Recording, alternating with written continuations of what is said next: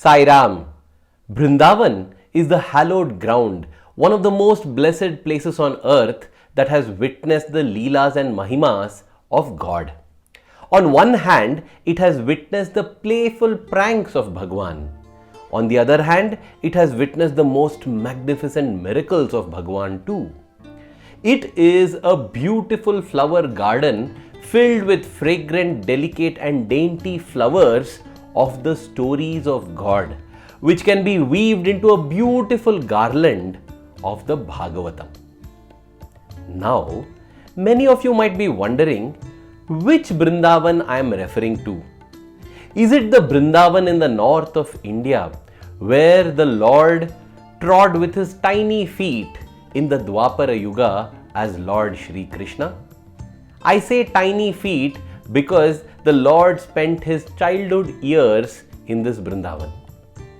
Or am I speaking about the Brindavan in the south of India, where again the Lord trod the soil with his tiny feet in the Kali Yuga?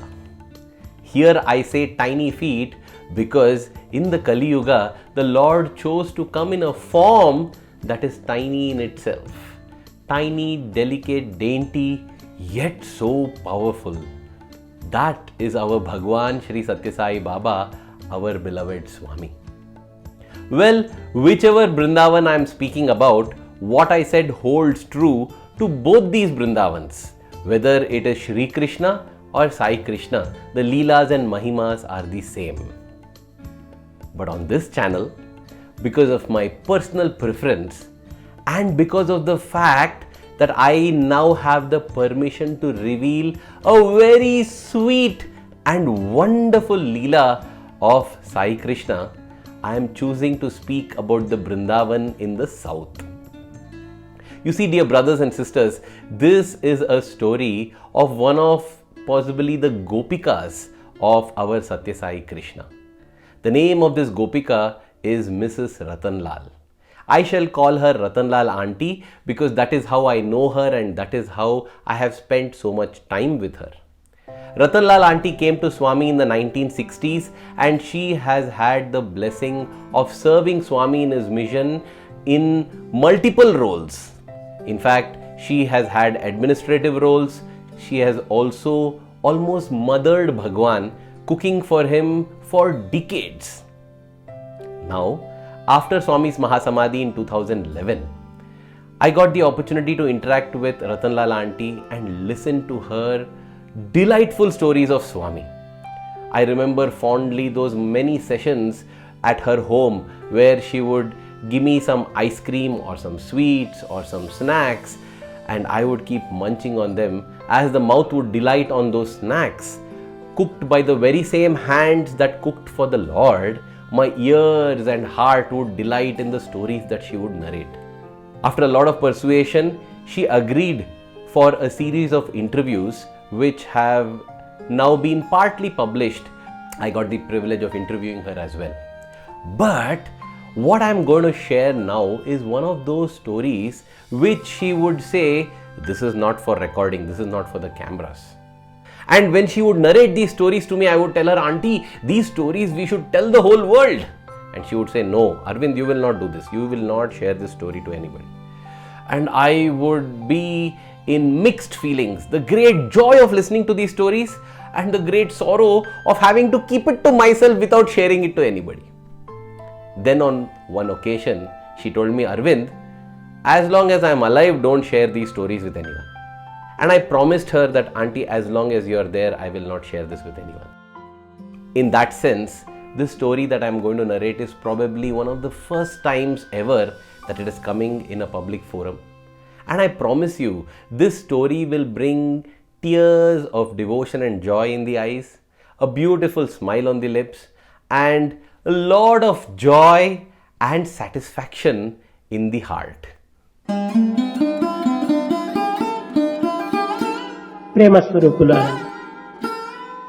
This experience dates back to possibly 1969 or 1970 when Swami had started the college, the Sri Sathya Sai Arts and Science College at Brindavan, Whitefield in Bangalore, and the first batch of students had enrolled.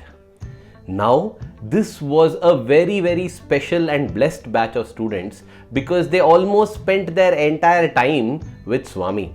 It was a large joint family where each one lived for the other and everybody lived for Swami. Either Swami would be with the boys in their accommodation or the boys would be with Swami in his residence. At that time, Swami would stay in a bungalow. The Trai Brindavan that we know today had not yet been built. That came into existence many years later.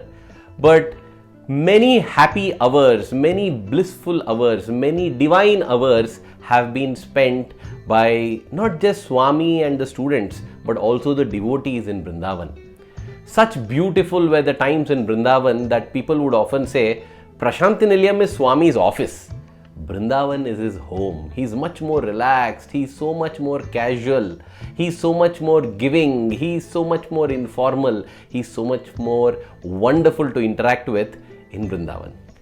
Of course, the Lord is always wonderful to interact with, but then he puts on these different vestures and these different attributes in different places so that he can give us that joy.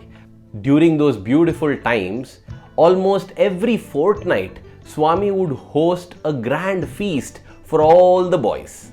And Ratanlal auntie, who had been given a cottage right beside Swami's bungalow, would play a key part in this feast. She was already manning the Sanatan Sarthi press, which had just started an year or so before. That apart, anything that had to be done in the city, any work outside the city, all of those things, many of those things, she would manage for Swami. Finally, she would cook for Swami and on these special occasions, cook for all the students as well. So, Swami would most of the time send a menu of what he wanted cooked for the boys. Other times, Swami would just tell her to prepare a grand feast. On some other occasion, Swami would send some raw materials and ingredients with which she could prepare the feast. So this was an occasion where Swami had sent Ratanlal auntie 2 large baskets full of fruits so that she could make fruit salad to be served as dessert at the end of the feast. Ratanlal auntie had to also prepare for Swami's lunch. Many devotees had the blessed opportunity to prepare lunch for Swami and Ratanlal auntie was one among them. So that day, as was her usual manner of doing it, she prayed to Swami, completed her prayers and then went about cooking. She was making Swami's lunch, after sending which she had decided that she would spend the next few hours in preparing for this feast that Swami would be hosting for all the students. So she sang a bhajan, continuously singing a bhajan, and she said that she would latch on to one bhajan and just keep singing that again and again and again and again. She would never change. It was not as if that if she is cooking for half an hour or 45 minutes, she would sing 20 bhajans. She would sing one bhajan and keep singing that bhajan on and on and on and on. So she sang that bhajan on and on and on, and she cooked. She had Swami's lunch prepared and she was going to send it. At that time, there was a knock on the door. Now her cottage had a grill door, a mesh door along with an iron door.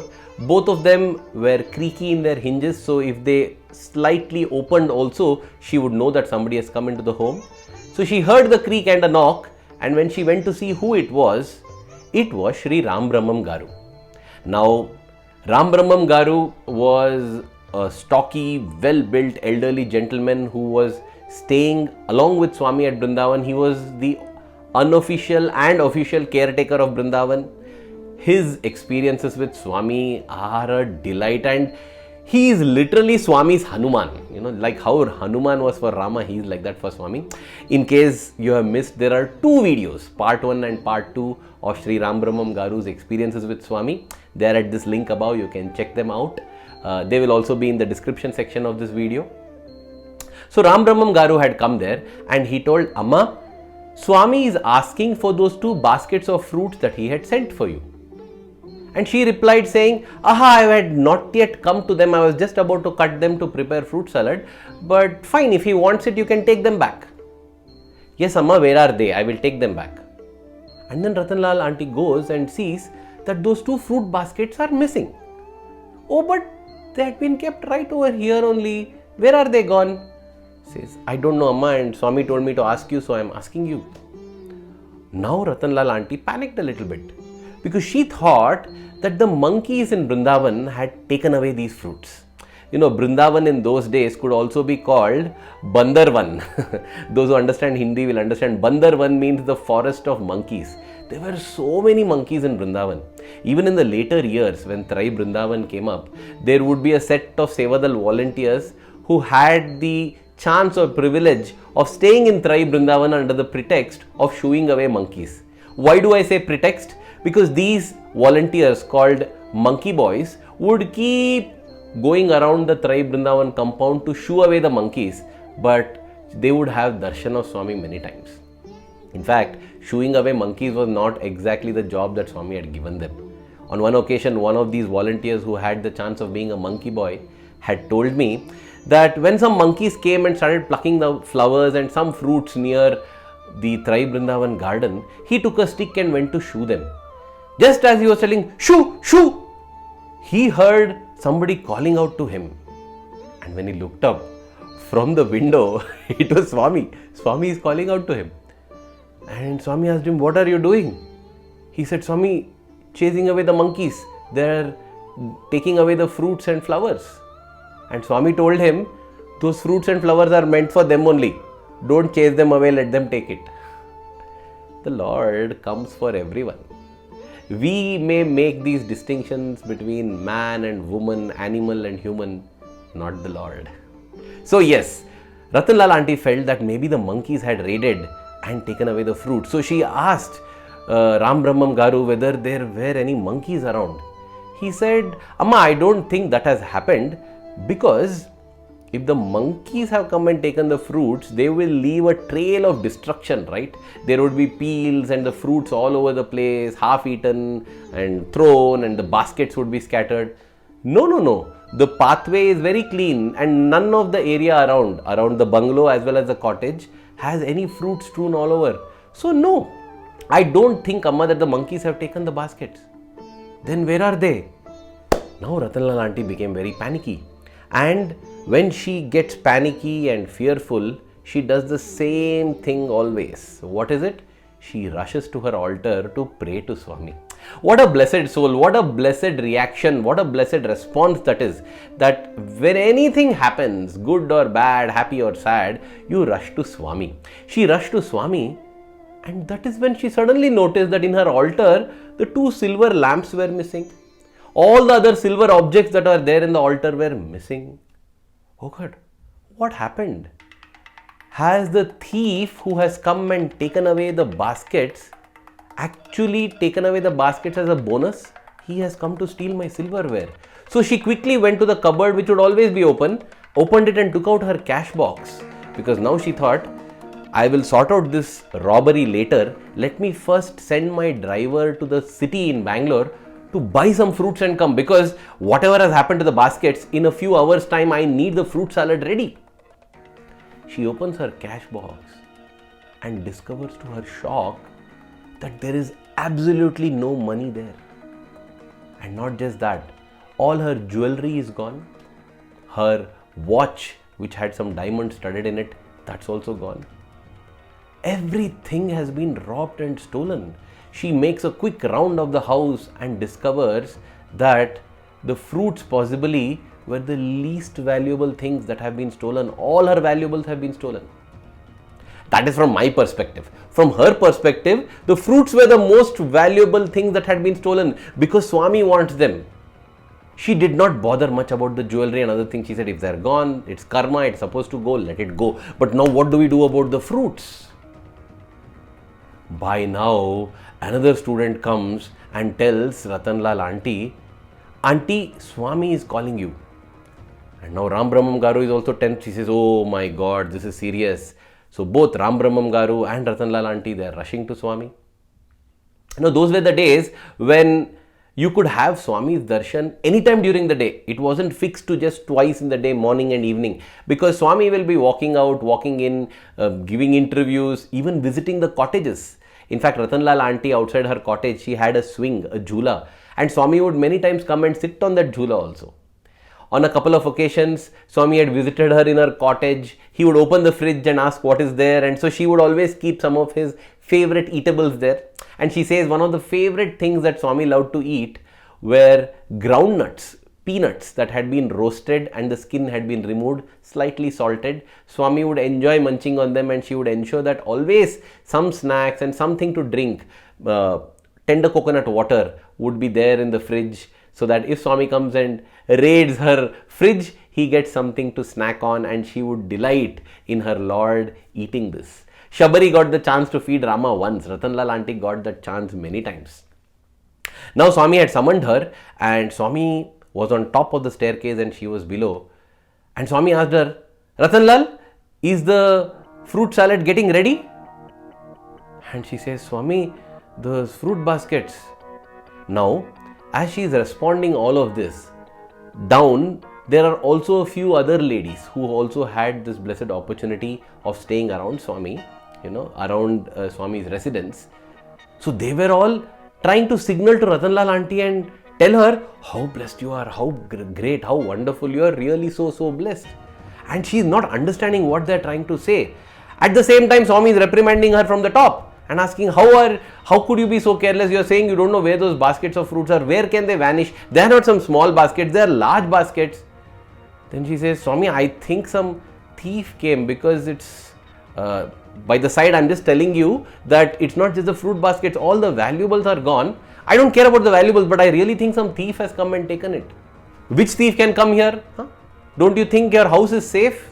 Swami, yes, it is most safe. Swami, when you are there, what other safety do I need? Then what are you telling which thief came? Now Swami is reprimanding her, scolding her. At the same time, here the ladies are trying to tell her, you're so lucky, you're so blessed. She is just in a confusion. What is happening? And somehow it falls on her ear, one of the ladies saying that Swami had visited you at home, right? How blessed you are. Swami had come home? Huh? But she had not noticed. And in an instant, this Gopika of Sai Krishna knew the mischief of her Sai Krishna. So she said, Swami, I think I know who the thief is. Swami said, who? She said, Swami, this chor is the chitta chor. This thief is the thief of my heart. The one who has stolen my heart is the one who has stolen everything. Swami, you can keep all the valuables. Please give me those 2 baskets of fruits so that I can start making the fruit salad. And now Swami burst out laughing. Yes, dear brothers and sisters, unknown to Ratanlal auntie, Swami had tiptoed to her cottage. And he had opened both the mesh door as well as the iron door in such a stealthy and perfect manner that not a creak had come. And not alone, Swami had come accompanied with 2 other students whom he told to keep absolutely silent. He made them pick up the 2 baskets of fruits and take them away. That apart, he had taken a sheet, a cloth sheet, spread it, and in it collected all the silverware, all her jewelry, all the money, everything, bundled it up and taken it off. The Chitta Chor. Yashoda ke baal, we sing Chitta Chora, Yashoda ke baal. Look at the prank of Sai Krishna. He had done this and now he is playing this drama and scolding Ratanlal auntie. Once he got caught, not red-handed, but he got caught. Swami said, what is it? You keep singing the same bhajan only over and over and over again. Why can't you sing some more bhajans? She said, Swami, if you want, yes, I will sing more bhajans. Otherwise, I will not sing also. Whatever makes you happy, Swami. That is how this beautiful leela, this beautiful episode concluded. Of course, Ratanlal auntie did not get back just the fruit basket. She got back all her valuables, her cash, her jewelry. She also got so much loving grace and blessings from Bhagawan. And of course, she got this beautiful, unique story which I feel privileged and blessed to have listened to from her devoted lips, and I am sharing this with all of you today.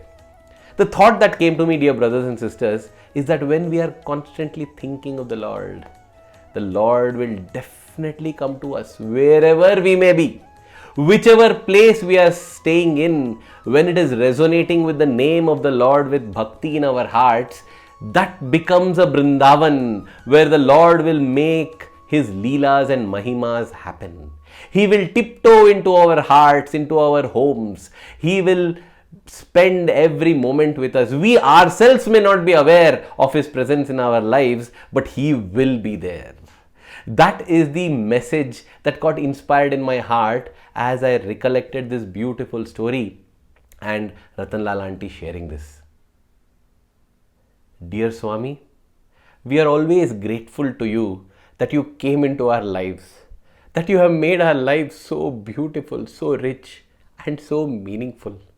If not for you, Swami, what meaning would life have for us? Thank you so much, Swami, for having come into our lives. And our only prayer is the love that we have for you in our hearts, may it keep growing stronger every passing moment. Thank you. Jai Sai Ram.